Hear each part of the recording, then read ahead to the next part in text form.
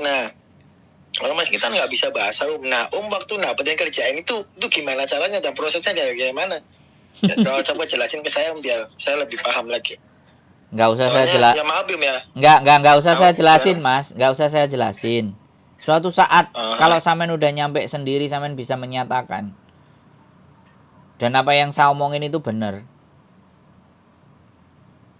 Berarti yang Om sampaikan ke saya ini kalau udah nyampe sini pasti mudah gitu untuk mencari uang. Iya, Gitu maksudnya. Yoi.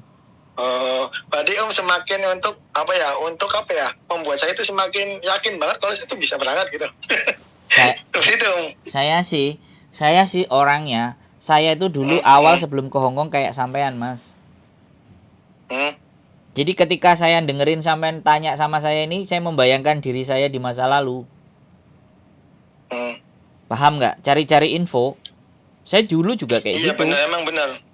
Jadi emang makanya kan udah nyari info itu udah sebulan lebih Om. Sampai saya mau saya jujur Om ya. Saya tuh udah niat, jujur Om ya, kalau Om tadi ngomong masalah cewek, jujur ya, itu sebenarnya nggak ada di otak saya sebenarnya, jujur Om ya. Udah, ya, nggak usah ngomong jujur ya, Mas sama saya, nggak usah ngomong jujur sama saya, nggak usah, ngomong aja, saya nggak begitu atau apa itu udah bullshit buat saya ya. Sekali lagi saya bilang sama sampean, ya, saya ngomong sekali lagi sama sampean, tak bilangin, sama saya nggak usah ngomong jujur, mau bohong mau nggak bohong kan itu bukan urusan saya. Karena jujur itu kan urusan sampean pribadi. Jadi saya bilang sama sampean, kalau sampean bertanya sama saya kayak gini, itu mengingatkan saya di 2012 atau 2011. Saya nyari informasi tentang Hongkong itu 6 bulan, Mas. Kalau sampean 2 bulan, 3 bulan, saya 6 bulan sebelum saya berangkat. Informasinya ya. Iya. Detail saya sampai dengerin saya ngomong dulu. Sampean dari omongan saya itu semua pertanyaan sampean bisa kejawab. Dari tempat tidur yang nggak bayar. Bagaimana caranya? Jadi toilet umum. Yang saya cari itu bukan pekerjaan, bukan rumah, bukan biaya kontrakan. Yang saya cari itu di mana ada toilet umum yang saya bisa buang air besar sama mandi setiap hari. Bisa dipahami nggak? Ya udah. Ya, begitu ada itu udah cukup hidup saya karena saya kan anak mapalah. Dan sekali lagi saya ngomong. Masalah makan biayanya berapa? Enggak, saya nggak mikirin karena saya anak mapalah. Tahu sendiri anak mapalah itu bagaimana hidup di kondisi yang minim. Itu ilmu saya. Jadi saya kuliah di kampus hanya sebatas sebagai kuliah biar saya bisa masuk organisasi pecinta alam. Ya, Mapala UNER ya. Wes sebutin aja sekalian biar sampean paham. Dari di situ ilmu survival saya yang main, di situ ilmu survival saya yang jalan. Saya gunakan ilmu saya itu, terus saya pernah kerja jadi sales 7 tahun di perusahaan Jepang. Jadi itulah yang menyebabkan saya mampu dan bisa bertahan sampai detik ini. Jadi intinya gini Om tuh berarti nyampe sana sebenarnya tadinya turis Om. Iya. Bukan ilegal juga berarti ya? Ya bukan ilegal juga, ya memang ilegal kalau tulis bekerja. Nah ilegal sampai saat ini juga Om ilegal Om masih? Saya nggak akan ngomong. Anggap aja sama aja. Anggap aja ya ilegal juga nggak apa-apa. Non ilegal juga nggak apa-apa karena tidak ada dampak dan efeknya buat sampean. Ilegal dan tidaknya saya.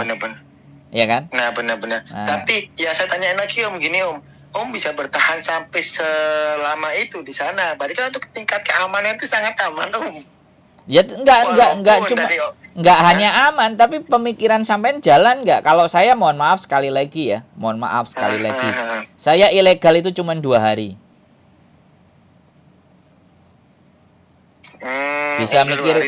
Bisa bayangin nggak? Saya ilegalnya di Hongkong itu cuma 2 hari.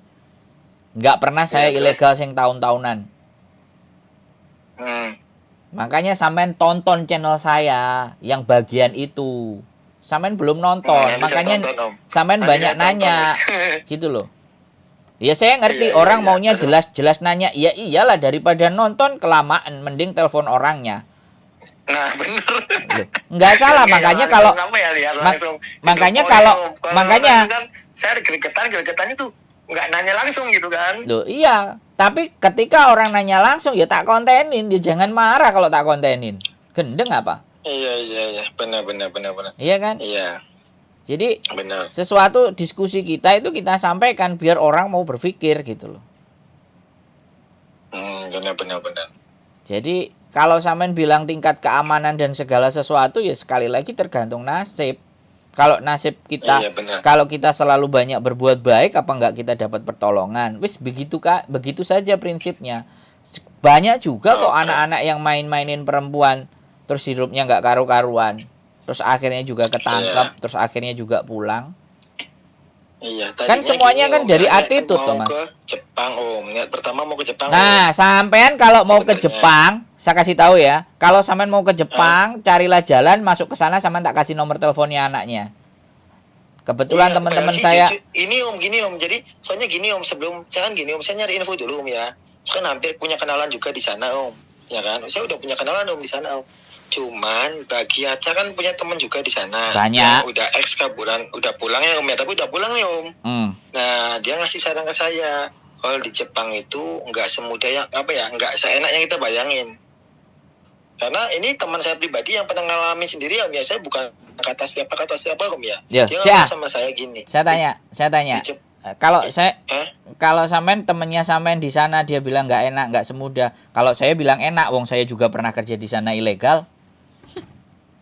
Gimana Om enaknya Om? Iya enak, wong saya tinggal di tempat rongsokan dari pagi sampai malam. Saya kerja di situ, dikasih tempat tinggal di situ, dikasih gaji juga di situ, makan juga di situ. Dalam 3 bulan, dengerin saya ngomong, dalam 3 bulan saya dapat 50 juta. Iya emang. Loh, enak kalau buat saya karena saya udah terbiasa dengan hal-hal yang nggak enak. Bahkan ketika saya pergi, dia bilang, kamu cari teman kayak kamu yang mau kerja lagi kayak aku di sini, kayak kamu di sini. Lah kalau masalah pekerjaan di Jepang bilang nggak enak, ya iya etos kerja mereka gila dibandingkan kita. Benar. Orang kita kelembak-kelembek sama mereka harus cepet diteriakin. Nah, yang bilang nggak enak itu pasti kayak gitu. Etos kerjanya nggak ada. Saya sudah ikut perusahaan Jepang waktu di Indonesia. Sehingga ketika saya datang ke sana saya nggak kaget. Makanya kenapa LPK itu nyuruh push up, nyuruh sit up, nyuruh lari-lari, disiksa-siksa secara fisik karena biar di sana dia lebih tahan. Iya. Nah, saya kerasa, Mas. Iya, Mak. Kalau sampean tanya sama saya jalanin sendiri. Kontennya nggak ada, cuman foto-fotonya masih ada kalau di tempat kerja saya. Nih maaf nih Om, soalnya gini Om ya, saya jujur Om ya, kalau untuk masalah nanya kerjaan capek atau enggak itu relatif Om, semua kerja itu pasti capek Om, ya kan Om ya, relatif pasti capek. Ini kalau saya nanya itu di sana pas tingkat keamanan di sana Om, di ilegal ini tingkat keamanan di sana Om ya, karena saya pernah di Taiwan itu selama 6 tahun itu saya ilegal Om, saya ilegal, ya kan? Nah dan tingkat keamanan di Taiwan itu sangat rawan Om. Jadi kalau saya jauh-jauh dari sini ke Jepang sana, kalau baru berapa bulan atau belum balik modal, kalau kita ketangkep, otomatis kita buang uang dong. Ya kan? Nah, seperti contoh nih, ada orang pakai visa turis ke Taiwan, saya nggak saranin. Kenapa? Karena di sana itu rawan. No, karena itu yang saya cari itu bukan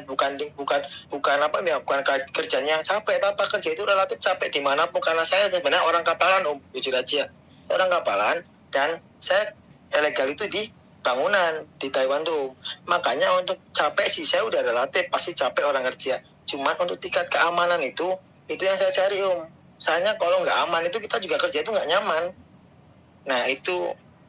Nah, sedangkan kata teman saya, kalau di Jepang itu sekarang lagi nggak aman, banyak yang ilegal. Semakin orang banyak yang ilegalan, nah semakin di situ juga yang tingkat keamanan itu semakin meminim. Kalau di Korea Om ya, kalau di Korea kenapa tadi saya nyari ke Korea juga, itu tingkat keamanan itu lebih minim, lebih banyak Om, dia lebih aman. Itu. Nah, makanya terus saya kan nanya lagi tuh, ada yang nawarin di Hong Kong, makanya apa Om? Dia namanya ke Hong Kong, saya kan nyari info lagi tuh, bener nggak di Hong Kong aman? Nah makanya pas ketemu banget channelnya Om ya kan, nah langsung saya telepon. Saya nggak tahu juga bakal dimasukin ke channelnya Om nih. Itu.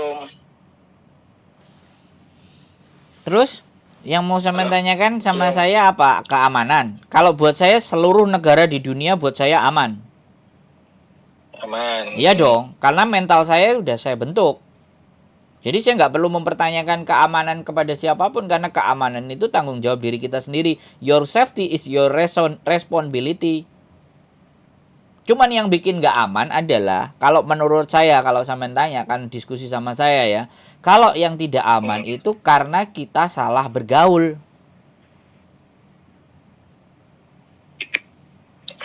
Kalau Anda pandai-pandai bergaul dan tahu siapa yang sampean gauli, maka keamanan itu pasti terjadi. Pasti kita bisa memastikan keamanan. Jadi saya kasih clue saja.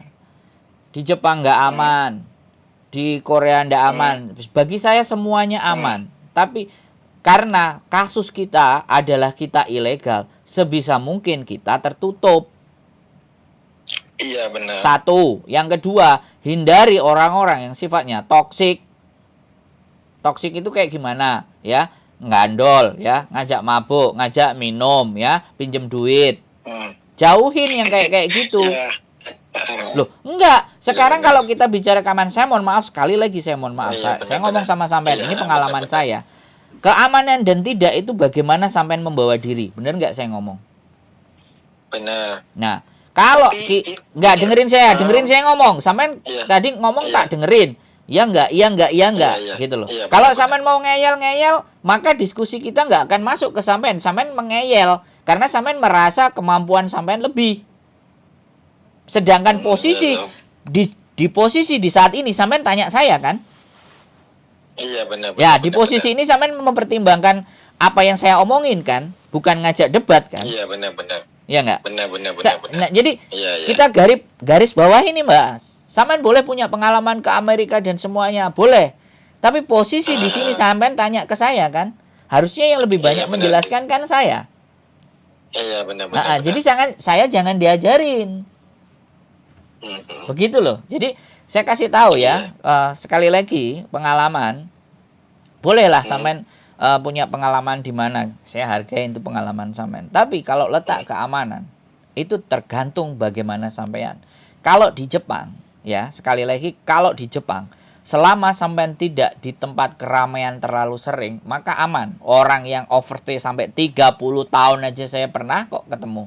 Dan dia fine-fine saja. Dan dia malah memutuskan nggak mau pulang ke Indonesia. Dia mau mati di Jepang. Bahkan ada anaknya yang mau datang. Anaknya mau dimodalin. Yang penting disuruh belajar. Jangan ilegal kayak bapaknya. Kalau mau memang ke Jepang. Dibiayain sama bapaknya. Bapaknya overstay loh. Bayangin. Overstay bisa biayain sekolah. Seberapa kuatnya dia cari duit. Nah, saya punya pengalaman itu mas bro. Saya berhenti di Hong Kong ini karena saya menikah. Kalau enggak mungkin bisa ke Australia juga. Bisa ke Australia, bisa ke Kanada, bisa ke Amerika, bisa ke Korea, bisa ke Jepang, di mana yang saya suka. Karena saya tipikal orangnya adalah nomaden. Enggak tergantung dengan rumah. Karena orang berpetualang, anak mapala. Bis, saya kasih garis bawahnya di semua. Jadi dimanapun semuanya, kumpulkan link, berangkatlah. Dan jangan berpikir untung dan rugi, tapi berpikirlah bagaimana ketika saya ada di sana bisa memberikan manfaat. Baik orang yang di sekitar saya ada, ataupun orang yang di rumah. Jadi berpikirnya jangan orientasi sama materi sama duit, selesai. Orientasinya keberadaan sampean itu punya nilai enggak? Punya manfaat enggak? Atau justru bikin ruwet enggak? Nah ini diskusi yang menurut saya jauh lebih penting saya tanamkan. Karena cowok-cowok dengan umur segitu itu, jangankan kok saya sejak menikah dengan istri saya berhenti. Saya enggak minum, saya enggak mabuk, saya semuanya. Saya enggak. Dari muda memang saya enggak ngelakuin itu. Cuman kalau ditawarin sama perempuan, kalau saya enggak mau minta. Kalau ditawarin ya beda urusan kan gitu loh. Iya. Kelemahan saya di situ. Makanya saya tahu gitu loh. Saya paham, nggak ada masalah. Kalau sampean tanya keamanan, sampean tanya pekerjaan, ya kan? Sekali lagi di dunia ini semuanya lagi banyak butuh pekerjaan. Tinggal mentalnya sampean, tekniknya sampean, cara bertahan hidupnya sampean itu seperti apa? Itu yang mampu menggaransi sampean di masa depannya lebih baik. Bes, mau ngomong apa? Silakan gantian. Iya. Enak toh? Berarti sekarang saya kan, iya. Berarti sekarang ini udah dapat link nih Om. Berarti nanti Om bisa bantu. Saya nggak mau bantu Mas. Ya, karena kalau saya bantu sampean, ketika ada hal yang buruk di dalam diri sampean, saya itu kecipratan. Bisa dipahami nggak? Ya silahkan sampean usaha sendiri. Kadang ada yang ngomong kayak gini, bantuin saya Mas, tak bayarin kamu berapa? Enggak, aku nggak butuh duit kalian, aku bilang. Aku nggak, bukan sombong ya, sekali lagi bukan sombong Mas. Tapi hidup saya itu semakin hari semakin tua, dosa itu nggak bisa dihindari, semakin bertambah. Tapi bagaimana hidup saya semakin hari semakin lama itu semakin bernilai. Ngerti nggak? Ya, kan, ya kan gimana Om ya? Ini kan tadi kan saya kan minta tolong ya, bisa kan? Saya kan kalau kan nggak bisa, saya bilang nggak bisa. Wis, jadi jangan pernah minta tolong ke saya untuk nyariin pekerjaan atau link di Hong Kong. Wis, saya tak punggel segitu aja. Kalau sampean mau cari informasi silahkan. Tapi saya cuma akan bilang kalau sampean sudah nyampe di sini, perjuangan sampean pasti nggak akan sia-sia menurut saya. Pokoknya kunci saya itu. Kunci saya satu ya. Sekali lagi kunci saya satu. Hidup saya semakin hari semakin tua. Saya nggak mau menambah dosa semakin banyak. Karena saya nggak niat nambah aja dosa saya bertambah. Bener nggak? Iya. Ini Om, punten Om, bisa nggak berbagi pengalaman pas Om di Hong Kong dari Om ada di konten saya. Ada di konten saya sampean lihat. Wis toh. Nggak bisa ngobrol langsung Om? Nggak bisa, karena saya sudah bikin konten, kan nggak laku konten saya kalau sampean aku ngomong sama sampean. Ya kirain saya langsung bisa ngobrol langsung sama orangnya langsung gitu biasanya. Loh, bisa aja. Lah ya konten itu kan saya ngomong dalam bentuk video. Sampean dengerin 2, 3 kali, 4 kali aja sampean bisa ngerti itu. Judulnya apa Om? Ya dilihat aja nanti dibukain satu-satu. Ada sudah saya kontenin hampir lebih dari 3 tahun yang lalu bahkan. 4 tahun yang lalu. Itu dari pertama Om. Iya, dari aku pertama start. Tak ceritain ada 4 episode. Ada 4 metode gitu. 4 episode. Oh, episode iya. 4 konten. Gitu loh Mas Bro. Saya sama kayak sampean Mas. Tapi saya dulu tahu diri ketika tanya sama orang, saya nggak maksa.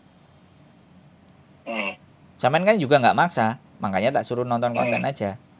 Tak ceritain. Jadi yang menentukan sekali lagi kehidupan kita lebih baik ataupun tidak di masa mendatang itu bukan skill, bukan kemampuan,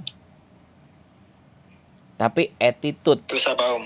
Attitude kepribadian sampean. Kalau sampean punya pribadi yang baik, sampean bisa menjadi orang yang lebih baik. Masa depan sampean terjamin. Walaupun bodoh, walaupun goblok, walaupun nggak pinter, tapi kalau punya attitude itu terjamin nasib pasti baik. Kan nggak garansi orang lulus SD nggak bisa jadi direktur, banyak kan? Terus nggak garansi anak-anak yang kuliah jadi jenderal aja sekarang masuk tahanan, jadi jenderal aja sekarang di sidang. Iya benar. Nah berarti kuncinya di mana? Attitude apa? Kepribadian. Sahroni, sampean tahu kan Sahroni? Kayak apa hidupnya Sahroni? Sekarang jadi kayak apa? Attitude-nya dilihat. Makanya itu juga buat sampean. Skill apapun, sehebat apapun, kalau attitude kita nggak ada, jangan berharap hidup kita itu akan enak dan tenang. Wis, pesan saya cuman itu, perbaiki attitude. Om, saya nanya lagi Om. Apalagi? Untuk waktu Om ke Hong Kong itu sendirian atau sama teman? Sendirian. Saya single alone. Sendirian. Nah, itu untuk masuknya itu Apa yang ditanyain Om di sana Om? Ya sampean punya duit berapa? Sampean nginep di mana? Ada di channel saya pertanyaan sampean itu diomongi kok Cek Panggang ngeyel. Oh iya. Kirain nggak ada. Ada, sampean tonton dulu. Tak cari dulu. Sampean ngerti nggak? Yang ngeyel kayak sampean ini kan baru telepon. Yang kemarin itu saya ke rumah disamperin sama dia. Nginep di tempat saya. Rumahnya siapa Om? Hah? Di rumahnya Om gitu? Iya, saya kan pulang ke Indonesia 7 bulan kemarin. Dia itu datengin ke rumah saya anak Ponorogo dan sekarang sudah di Hongkong nih. Udah dapat kerjaan. Maksudnya dia udah ke Hongkong gitu? Iya.